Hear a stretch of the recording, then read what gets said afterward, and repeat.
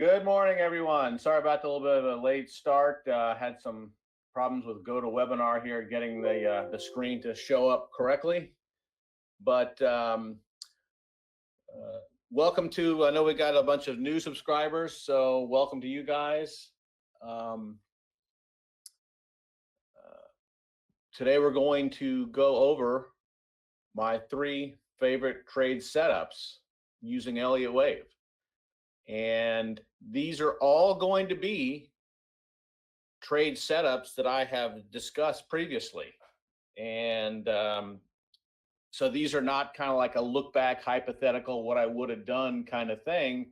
These are real-time analysis that I was doing. And, you know, the market ended up going in the right direction.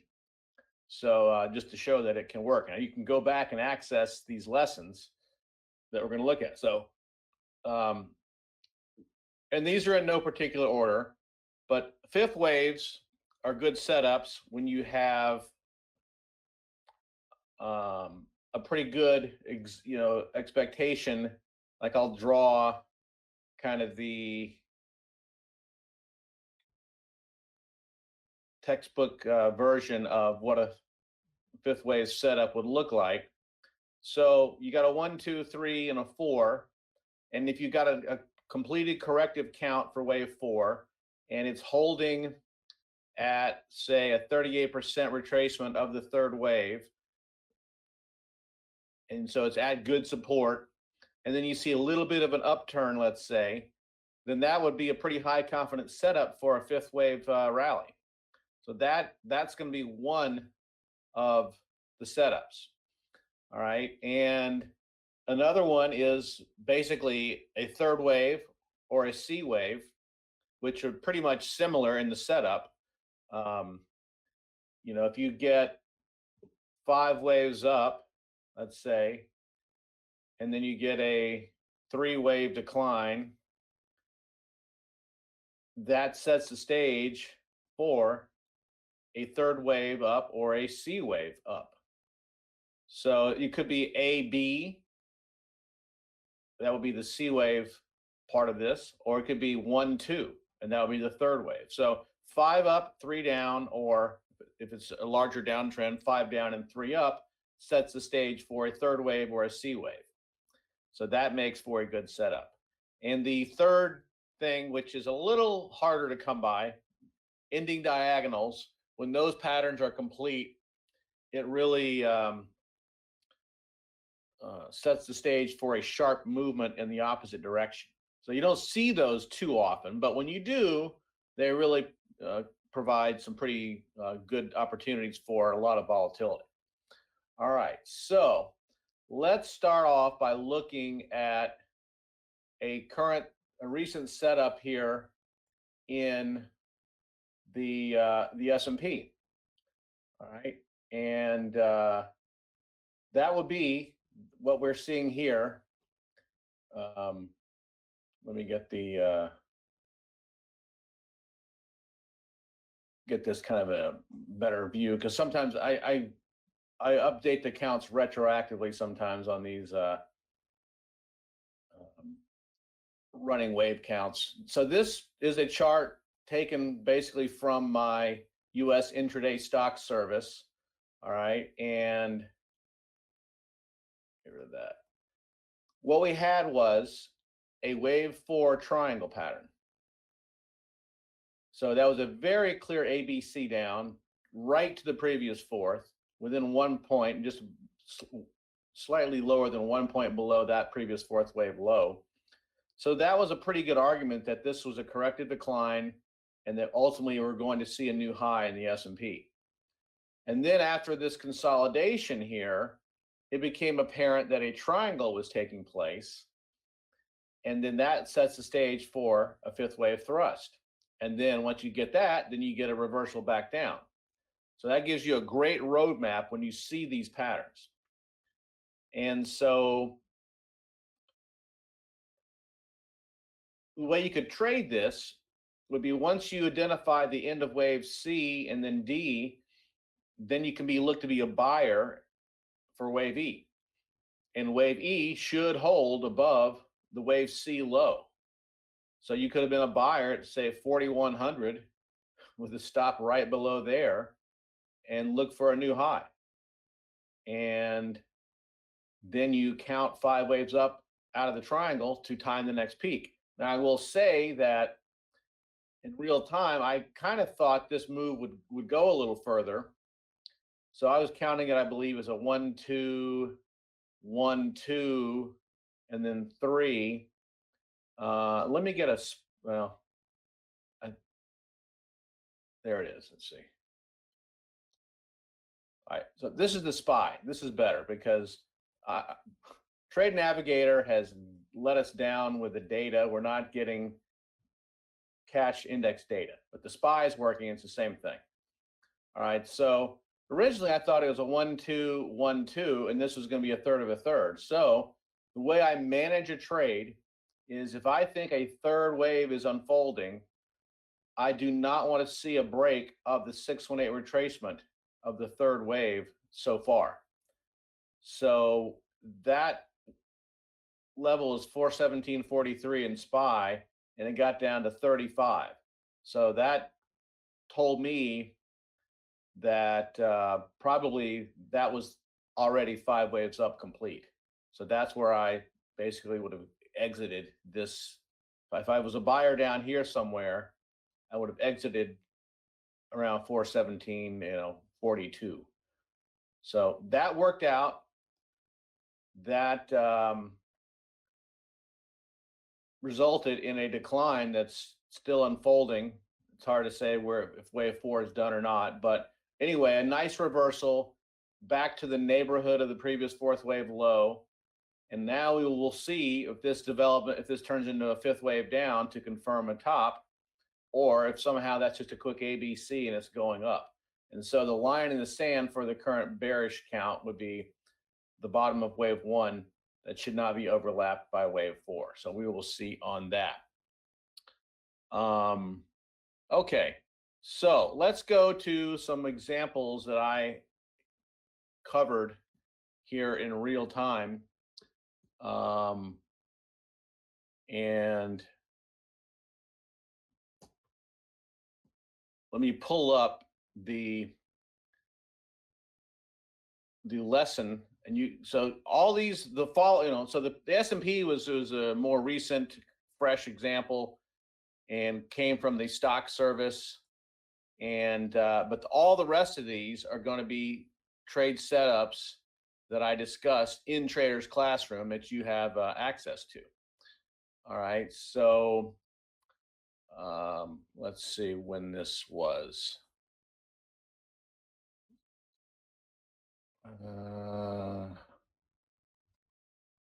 January 31st, okay.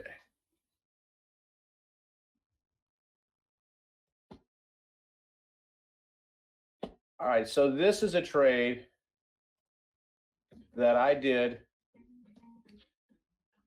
discussing a whole bunch of technical setups, for PNC Bank, or excuse me, Alibaba.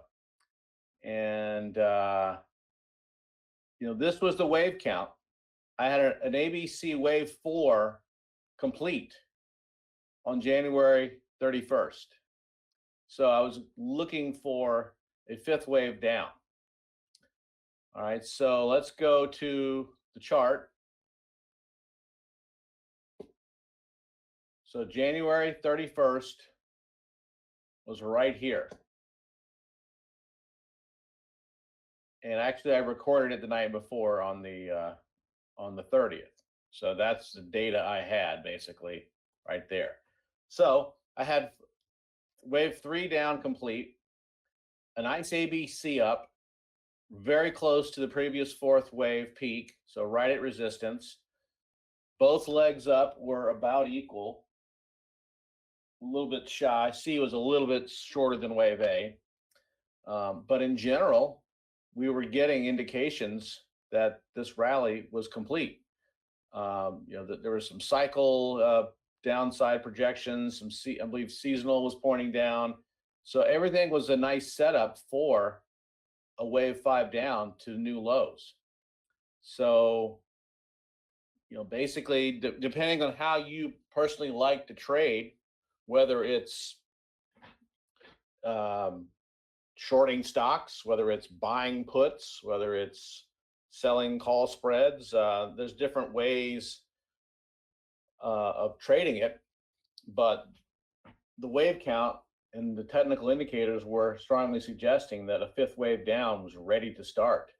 So, basically we got what looks like a wave 1 down here. So we can go ahead and add that label. And then a 2 up appears to be complete. So now it looks like we should see wave 3 of 5 down to new lows. So that was just a classic wave pattern setup. ABC to the previous fourth, C roughly equal to A. And then if you review the lesson, there was the trader sentiment situation in the stock market was getting very overheated. This is a seasonal chart that I often look at and show you guys. This is the Alibaba seasonal pattern, was calling for a big decline. The cycle analysis was pointing down, as you can see right here. All right, and then I had the Peter Eliades cycle tool giving downside projections. So basically, everything was setting up clearly for a move back to the downside. And so you could have been a seller somewhere around here, and then maybe when you counted 5 waves down, you could cover part of the position and allow for a rebound. And now it looks like it's ready to keep breaking on back to the downside. So this was a great, just clear Elliott setup, and it looks like it has more to go. But even this was a pretty profitable move, looking back on it, if you were to have been a seller right here. All right, so that's going to be one example of setting up a fifth wave trade setup. And it helps to have tools that I just showed you to put the odds more in our favor. All right, so let's look at the next chart. This is going to be Palo Alto Networks, and again, a wave 4 pattern appeared to be complete after 1, 2, 3 AB, ABC, X, ABC, and believe I have had an intraday chart that I was looking at. All right, so this was the setup. This was the intraday chart setup.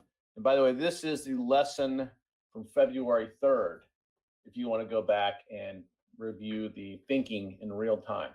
So we had to look what looked like a completed wave 4 here, and then a 5-wave rally, kind of confirming that the trend had turned back up.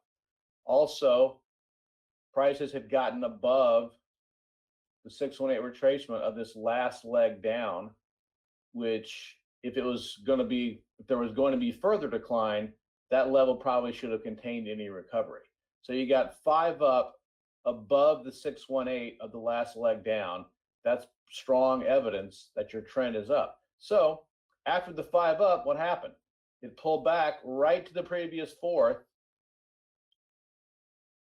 and then bounced, and then gapped up the next day. So now we're pretty confident that this is a third of a fifth wave up that's getting started. And look what's happened since then. So that setup was a very clear, good setup, and was just classic Elliott. Now in this case, the wave 2 was quite shallow, I would say.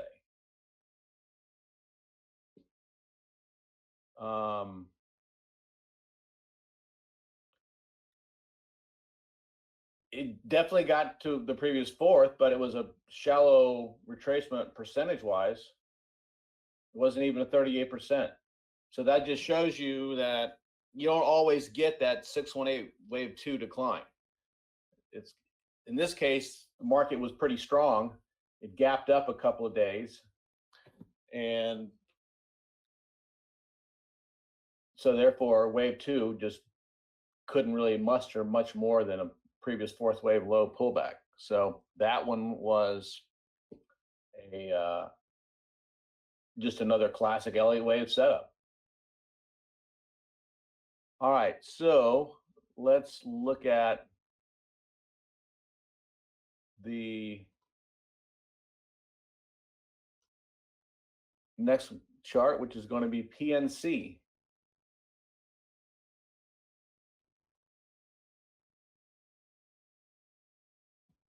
All right, so now this one was interesting because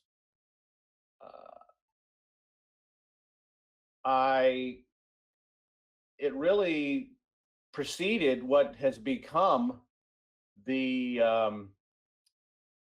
the regional banking crisis that developed. And this was a great real-time example of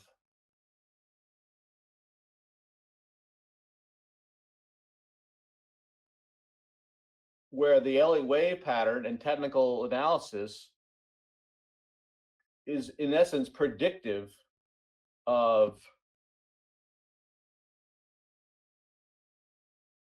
fundamentals to come.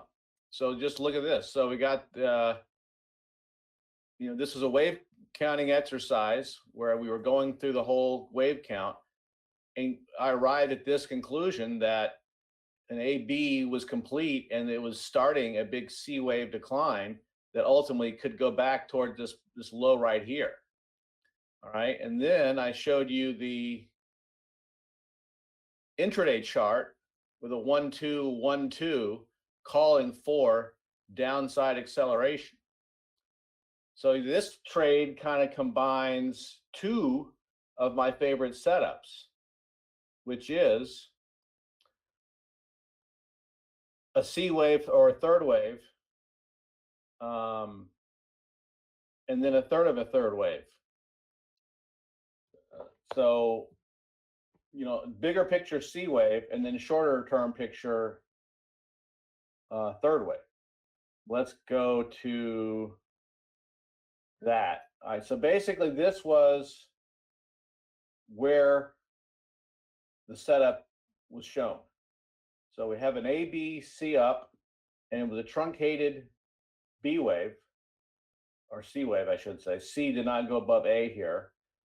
So that indicated weakness. And then you got a 1-2-1-2, and it looked like it had a long way down to go. So you could have gotten short somewhere around here, around 144, and looked for a completion of 5 waves down from this high right here. So I got a 1-2-1-2, 3 of 3, 4-5, 4-5. So that is probably going to be wave 1 of C. And so, I would say from a trading standpoint, when you get the market going in your direction, like it did here, go ahead and take some profits. And in this case, I would say,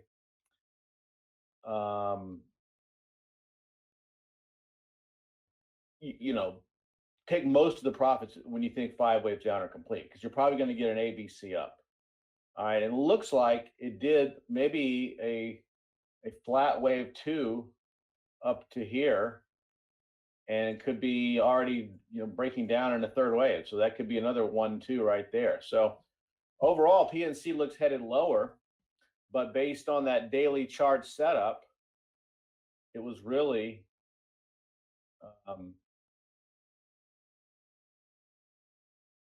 a high confidence setup for a drop back towards this low right here. 5 up, A, B, and then go wave C down.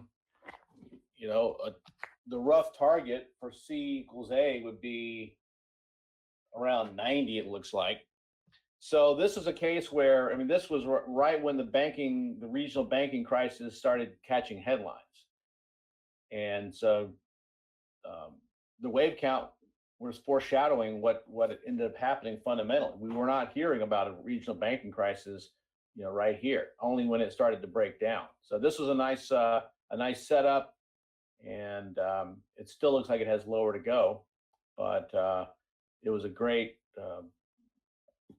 basically a wave setup that worked out. Okay. Let's go to another trade I did, another trading idea that I gave you. It was back on April 18th, was US steel. And let's just quickly take a look at that. And I got this idea. I used some screening software called Dynamic Trend. And I'll briefly show you that. So you can screen for these signals. This is the matrix. You pick a daily chart. You can pick up or down. You want to know when the signal, you can goes back 5 bars. And these long-term signals are the best ones. So you just do a scan, and then it will pick out. So like Wells Fargo, American Airlines is a bearish setup.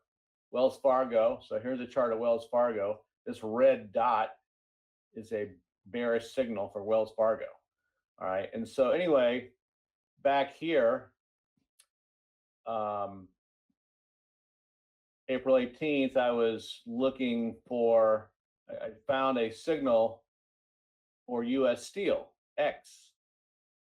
And that was the idea generation.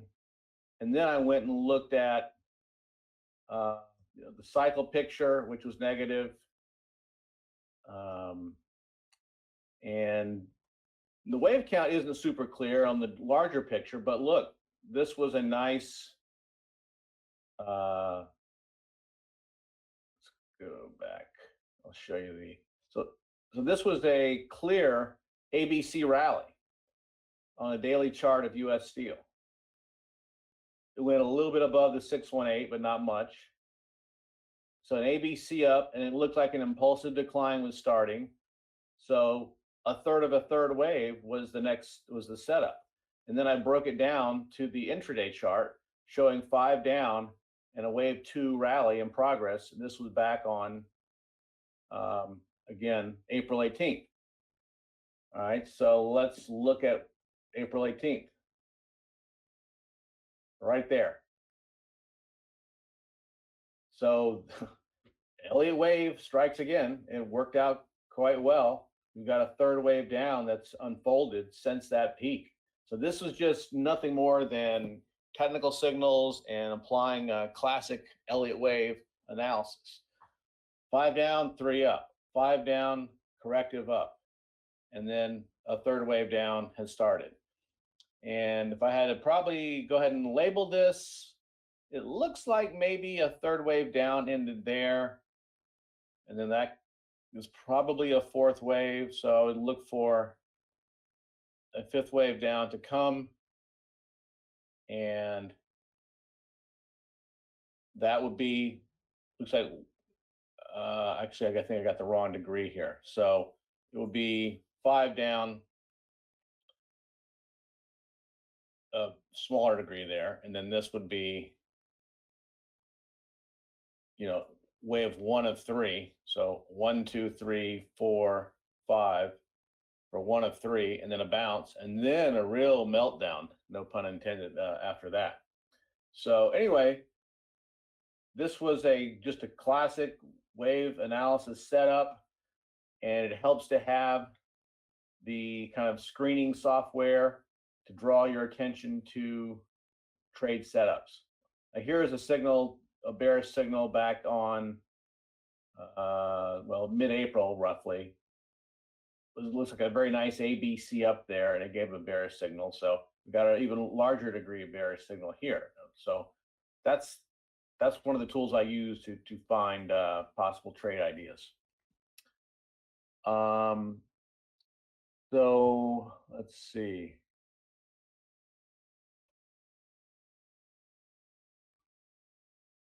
Oh yeah, and and the seasonal chart, going back to this. Let's see, where was that? Yeah, there's the seasonal chart for U.S. steel. Look at that. That's a really negative seasonal chart right there. That's the high for the year, and then that's a big drop into it's like November, something like October, November. So a big seasonal down period still projected based on past price behavior in U.S. steel. So that was another tool that I combined to help me find that trade right there. All right, and let's take a look at another one. Well, this will be the ending diagonal example. And this was from the Trader's Classroom on April the 6th. All right, so let's go quickly take a glance at that. This was the wave counting exercise on Lockheed Martin. And we were doing the long-term analysis here, and then broke it down to the shorter term at a wave 4 triangle, and then counting an ending diagonal coming up out of it. So looking slightly higher to complete a larger wave 3, and the implication is a decline down toward the end of the previous 4th wave, which was around 310 roughly, looks like. All right, so what happened? We got that slight new high, and then look what's happening now. So that was just a beautiful ending diagonal. Look how if you draw your trend line from 1 and connect it to 3, look where it stopped. And that's just beautiful. All right, so what you can do is you get your wave 4, you look for a new high. All right, so let's see what happened when that was. All right, so the new high occurred right here. All right, so that's your minimum expectation on the upside. So then you start looking for signs of a reversal. And so what I would do if I was looking to go short here, I would wait for a break of the 618 retracement of wave C, because you just don't know if maybe it's an A, B, 1 of C, 2 of C, 3, 4, 5. I mean, the fact that it stopped where it did was classic. And if you wanted to be a more aggressive, you could be a seller right then and there. But I would say when it broke 618 of wave C, and that's 480.41, that would have been a pretty compelling sign to me that the top was in. So that's look what's happening since then. Elliott tells us to expect a quick return to the origin of the pattern. Let's see, did I do? Yeah. So end of wave 4 is 324. So Lockheed Martin could come all the way down there. That looks like a possibly reasonably good target for Lockheed Martin. So you don't see these ending diagonals very often, but basically when you do, you wait for some sign. If you want to be aggressive and sell when the market's hitting the upper trend line or pretty close to it, you can take maybe an initial position right there. You don't want to maybe go all in case it keeps going. But if you want to take a shot at it with a small part, maybe a third of your intended size, you might you might nail the top. And then you just wait for a sign that the 5th wave is over. And in this case, I would have used 618 of wave C. And so now that looks impulsive down. And this, I mean, it doesn't count too well, but it could be a 1, 2, and then starting down in a third. So this trade is, setup still points lower. This was just a nice pattern that, again, you don't have them that often, but when you do, it's certainly a great setup. And so I look for those. All right, so I know we talked, in some of in the email that I think we sent out, we talked about how to, thoroughly analyze the setup using the rules and guidelines. And, you know, obviously I've done the work here prior to all this. And it may seem kind of easy on the surface, but of course, I've been doing Elliott Wave for decades. So if you're a little bit more of a new practitioner, what you need to do is use the rules and guidelines to make sure the wave count you're going with is correct. Is it based on good, sound wave counting? So in the case of right here, in the triangle, you want each leg to be fairly proportionate to the prior leg, which it was. You want wave E to hold above, in this case, wave C, which it did. All right. So that count, and if we were counting Lockheed Martin back here, that would have been how I would have counted it, I guess. And then we got the new high, and then it evolved into an ending diagonal. And so you draw your trend lines here, and you need to make sure that most ending diagonals, the 5 is shorter than 3 and 3 is shorter than 1. So you need to make sure that 5 does not exceed the length of wave 3, because that would blow that count. So you have to know the rules, and you have to apply them correctly. And that's the way you can gain, have a higher confidence trade setup when all the rules and guidelines are being adhered to with your count. So that's what you need to do. As far as entry, stop, and exit, I kind of covered that, I think, in most of the cases. Again, you could have sold when it hit the trend line or got close to it. You could have sold when it broke 6 when it did this, and then put a stop above the high. And you could have taken partial profits at some point, like when it kind of broke the downtrend. Like, let's just say you draw a little downtrend line here after this decline got going, and you say, okay, I'm going to take partial profits if this waterfall decline doesn't continue. So you could have taken some partial profits when it broke above that trend line. Most of us are trading more than one share of stock, more than one option contract. And so I think I did a lesson a month or two ago discussing scaling in and scaling out.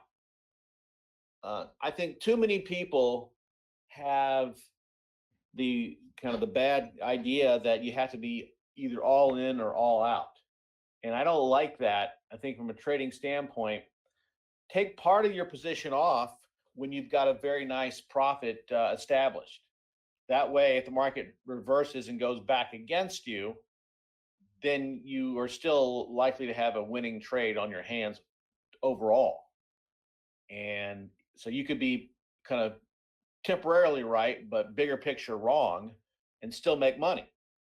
So that's where booking some profits at some reasonable logical level is just good trading habit.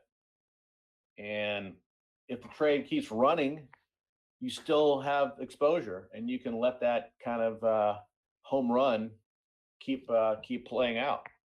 So that's definitely something that I recommend. I mean, you can trade kind of like longer term and shorter term. If you've got short PNC Bank around here, take some profits after this straight down move kind of slows down. But you might want to hold a larger short position, longer term short position, looking for further decline down towards this previous fourth wave low. So, take some money off the table, after you've had a good gain, and then put a wider stop on the remaining position and give it some room and let it see if it can go to your target longer term. And check on it every week or so, type of thing, if you want to, because this is a longer term move that will take time to play out if it's going to get there. So yeah, I always use, Fibonacci is a great, one of the things that I use a lot for stops, basically, and in some cases entries.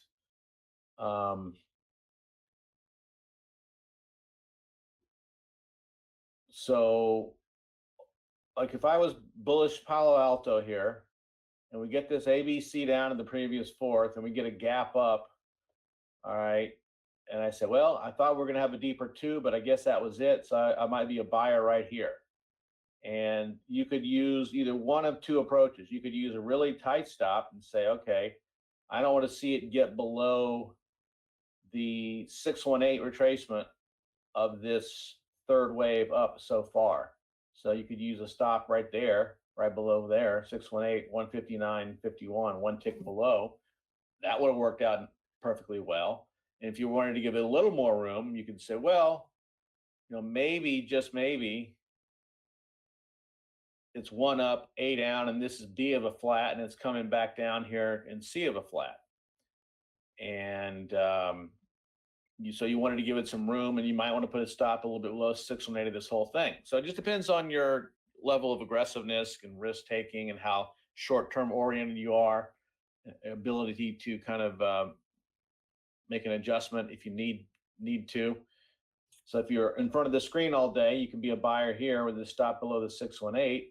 And if you're more of a longer term person and you check the market at the end of the day, you probably could have been a buyer here with a stop below the 618 there. So that's just one possible scenario for that, how to do that. And let's see. Going back to the Alibaba example, once it kind of broke down here, that was a pretty good sign that wave 4 was complete. You might want to say, okay, let me give it a little bit of room above this high here. That high there is 121.30. You might give it a room. You could put a stop a little bit above here, for example. I like to do options a lot of times myself, especially when we're talking about shorting individual stocks. You run the risk of some kind of takeover happening, or something where the stock gets squeezed on the upside. And you don't have that problem with indexes, but you can have it with individual stocks once in a blue moon. And so that's why having some kind of upside protection makes sense. So you can sell a call spread, let's say. So you might want to sell like a 126, 127 call spread. That way, if it goes back up here and touches that resistance, your call spreads will still be out of the money. So there's different ways to handle it. You can, but once you get a decline established, then I would look to use maybe the 786 retracement of the decline so far, because in the early stages of a move, sometimes wave 2. So let's say you have a decline going here and you're worried about a wave 2 bounce. So you could put a stop above the 786, say at 117.44, because sometimes second waves early in a move go a little bit deeper than 618. So I like to give it a little more room in those cases. All right, so that's kind of the way I do it. And then, like I said, I'll count the short-term pattern.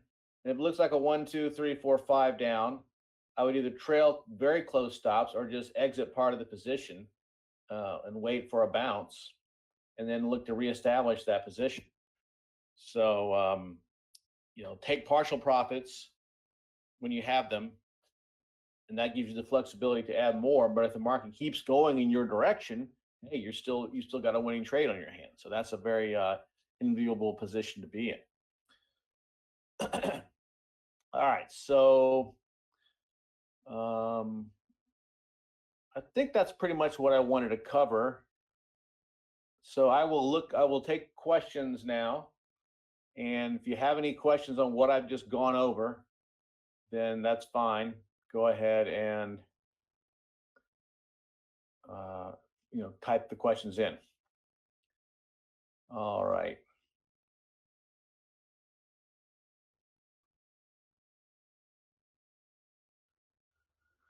Okay, just going through these in order here. We got a question from Amit about Apple. And, I keep an eye on Apple. I do tend to show the Apple chart once or twice a week on the intraday stock service for a couple of reasons. One, it's such a huge stock that will impact the S&P and the NASDAQ because of its capitalization. And secondly, because a lot of people trade it. And third, I guess also the wave counts tend to be fairly clear, at least they have been lately. This looks like a fourth wave decline, like an A, B, C, X, A, triangle B, C. And this looks like a 1, 2, and then we're somewhere in a third wave. And maybe I'm actually counting it as so 1, 2, 1, 2, 3, 4, 5, 4, 1, 2, 3, 4, 5. So actually it's not, it has kind of the look of an ending diagonal, but it's not. Let's go to an intraday. I got to get more data on the chart here.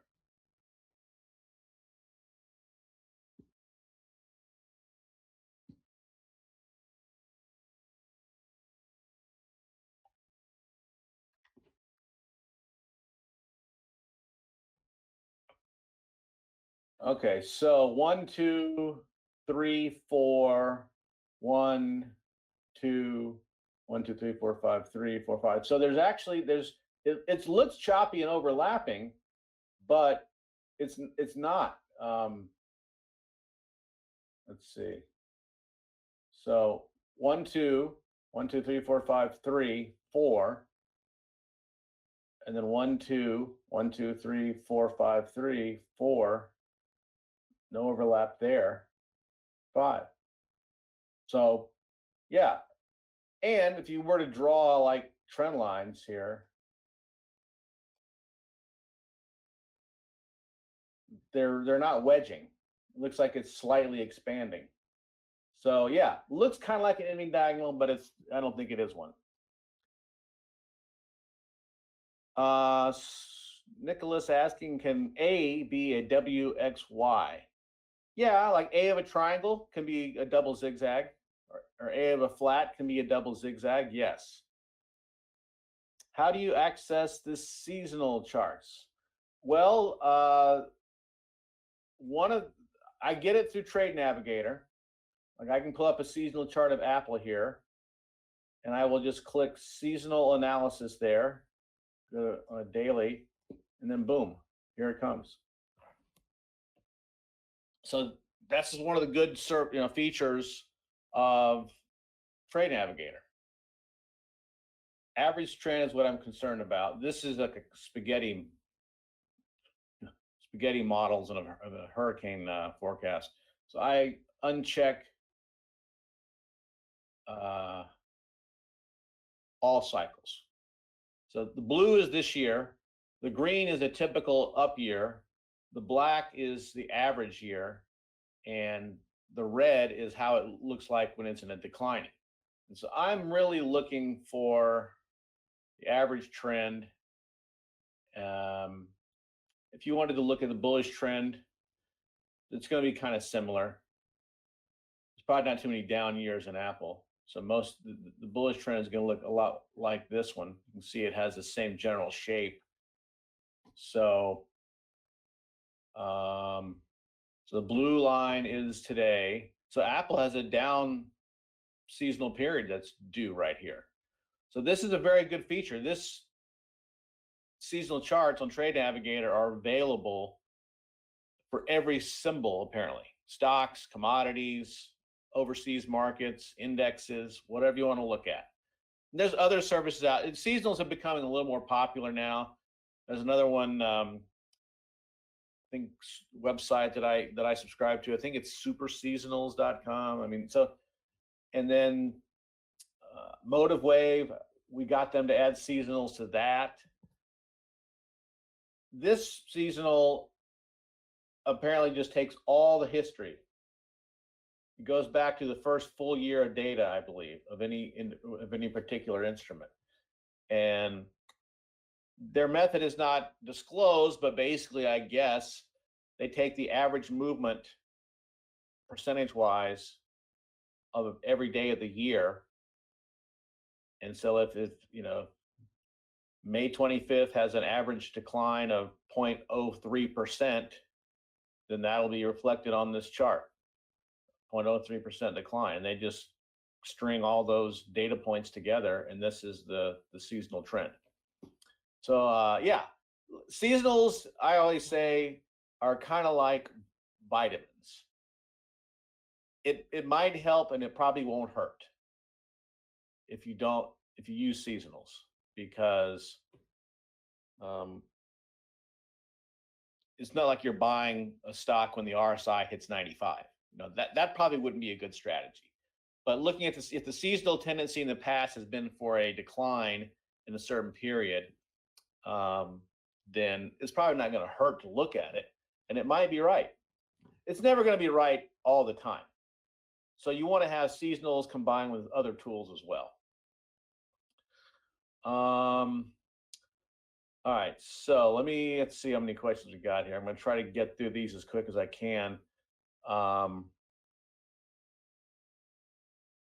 don't want to go too much past the top of the hour. So JP is asking about CCJ.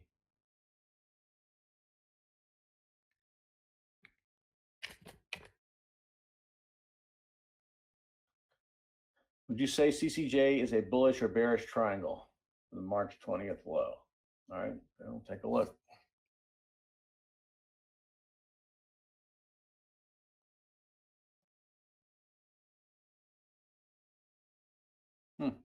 What's wrong with this? There we go.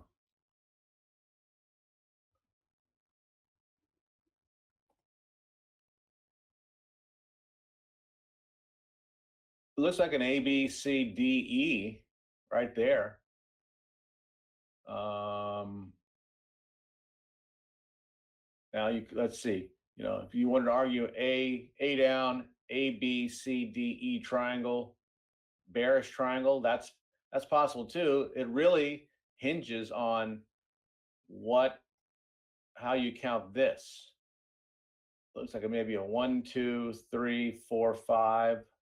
1, 2, 3, 4, 5. I mean, that's not the most compelling 5-wave decline, but it could look like that. I mean, it could be counted that way.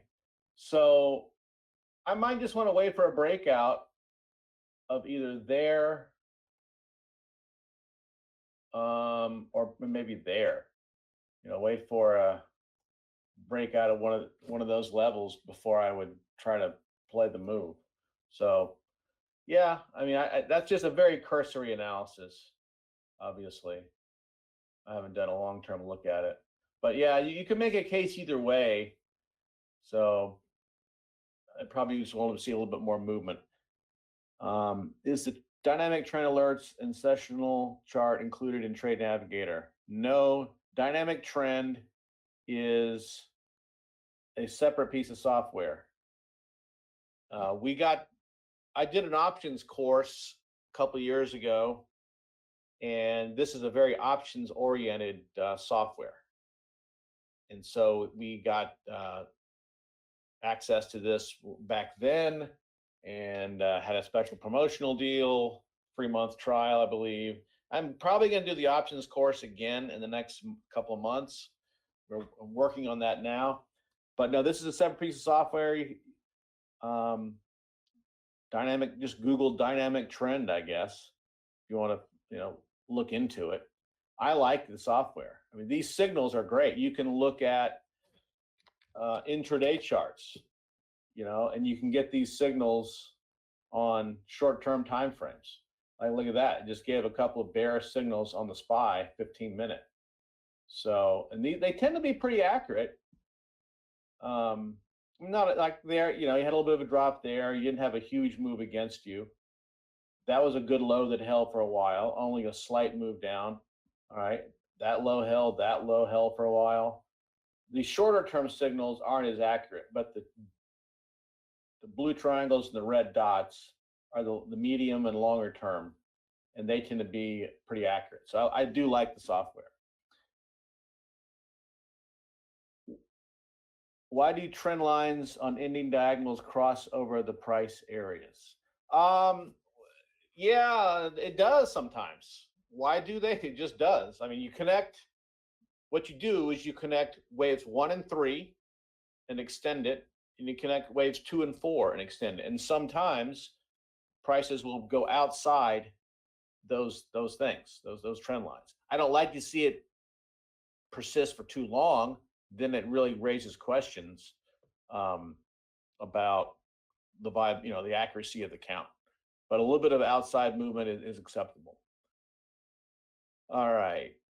CH says, stop loss place at 618 level. If one is trading wave 4 and going into wave 5, do you buy when broke the 618 of waves 3 and 4? So I think if I understand the question correctly, let's just use this. This is not a perfect example, but 618 of 3 through 4. So if you would take the length to wave 4, if you break 618 of that would be a pretty good sign that the fifth wave is underway, I would say, yes. But, I was turning bearish right here. So I didn't really want to wait for a move that far down. Because you've already, look what happened. It didn't go a whole lot lower before it had a nice bounce. So I try to be a little more anticipatory there. NVIDIA, yeah, that's kind of a historic. I think I heard today that it was the biggest dollar increase ever in history. However many billions of dollars this represents. Clearly that looks like a 1-2 there. That's another 1-2. And then maybe that's another 1-2. So is it going to do 4? It could do 4 5s for a while. I would say the most bearish count I could come up with is 1 2 3 4 1 2 3. So it still require 4 down and a 5 up before it tops. On the other hand, if we were to get a gap down and you get an island top, if it were to open tomorrow down here, or if it stays up here for a couple of days and then it gaps down, that would be a bearish sign. I like to really look at island tops. So yeah, I don't know, as far as targets goes, I know Jeff had a thing called reverse Fibonacci, that you take the length of wave 4 and you multiply that by 1.382 and add it to this, and so that would be about right here. So that's just one, and that's just eyeballing it. It could go that high. I mean, that would be one possible target. You can go back to my long-term count that I did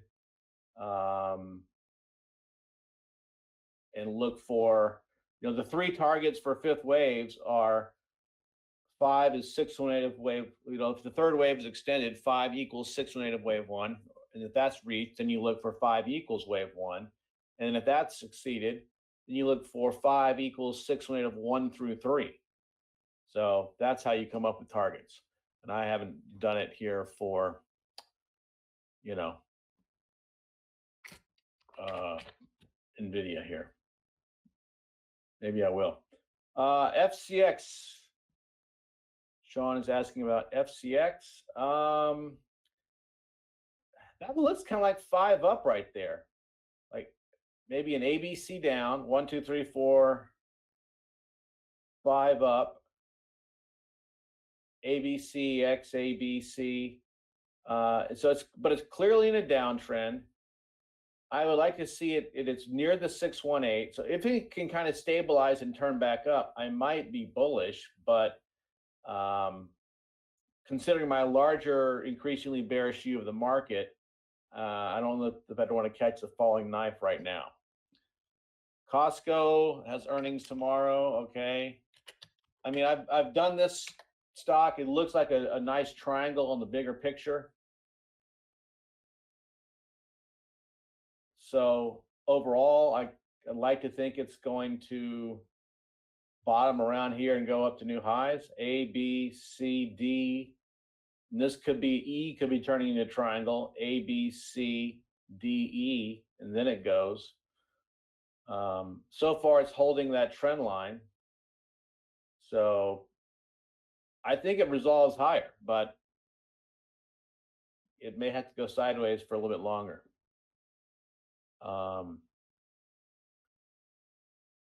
What's the difference between ABC and WXY? Nothing really. I mean, an ABC can complete a correction. A WXY can complete a correction. Sometimes a correction turns into 2 ABCs, and that's fine. That's allowable. I mean, that's kind of a short answer, but that's pretty much it. That's the answer. They're just a different form of corrective pattern, but they're still corrective. James, you want to know about the SPY? I'm not sure what you're asking about the SPY. Apple truncated 5 of 5. No, I think it's 5 up. I don't think the 5th wave was truncated, Eric. It looked like it was 5 up, done.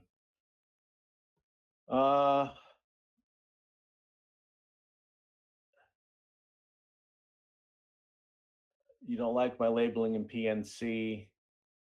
I like my labeling in PNC. It worked out well. No reason to go back and change it. You know, when you have a wave count that's working, you stick with it.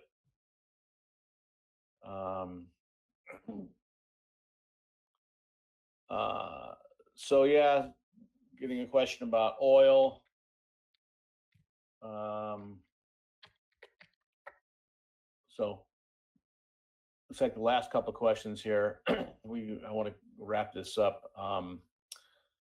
Yeah, oil has kind of, we had that nice little island bottom there, and this decline today is sort of pressuring the bullish view a little bit. I mean, you could argue that it's an ABC up, and it needs to bottom pretty quickly here. It's broken 618 of this leg, of this last leg up here. So you could argue ABC up. The internals don't count too well. But if oil doesn't turn back up today, then I'm going to worry it may be headed down to a new low. You ever buy short into earnings, or do you wait?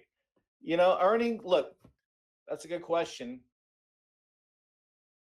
And for me, I have no edge when it comes to predicting earnings, generally. I mean, sometimes, yeah, the earnings come out and the market goes, excuse me, where the wave count said it was going to.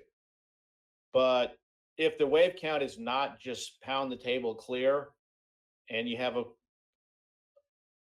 a single zigzag, and it could turn into a double zigzag, or it could go up, you know, it could go back the other way, then it's a coin toss. And as Elliott Wave analysts, we don't have an edge at predicting what earnings are going to be. I don't have an edge. Only if you're inside the company do you have an edge, or if you have some external way of determining a company's earnings. So since it's a coin toss, I tend not to do anything. Sometimes I'll sell out of the money options, do like out of the money iron condor, but sometimes that doesn't work out either. If the market gaps huge one way, so it's too much of a coin toss and you don't have an edge. So basically, that's not a game I want to play too often. How much does your impact overall market count affect your stock count? Not that much. I mean, if I have a confident view of the S&P up or down, I will tend to look for stocks that are pointed in that same direction. All right, so that's definitely something that I look for. All right, and then one more question about TLT. This is the bond ETF. It looks to me like it could be heading down in a fifth wave. Like, one, two, I don't know, 1, 2, 1, 2, 3, 4, 5, 4. I haven't really looked at it, but maybe is that a possible triangle?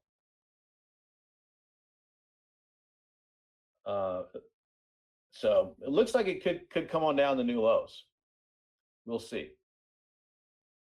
All right, that's basically going to be it today, guys. I hope you got a lot out of this.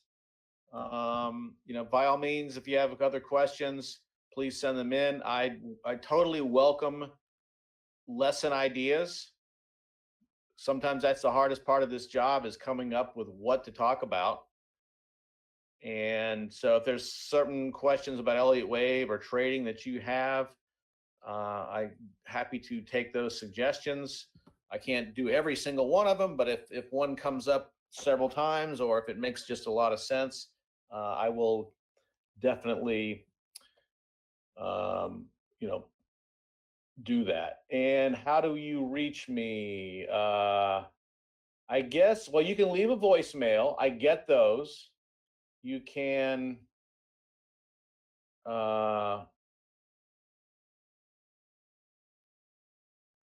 look for an email. We've had some apparently denial of service attacks or something, and they've so customercare@elliottwave.com is one email address. So just fill that out. Online request form. Let's see if there's any other. Yeah. If you do leave a voicemail, tell me what your name is, and if you want to reply, an email is better, because the voicemails, I don't see your email address. All I hear is a voicemail. So,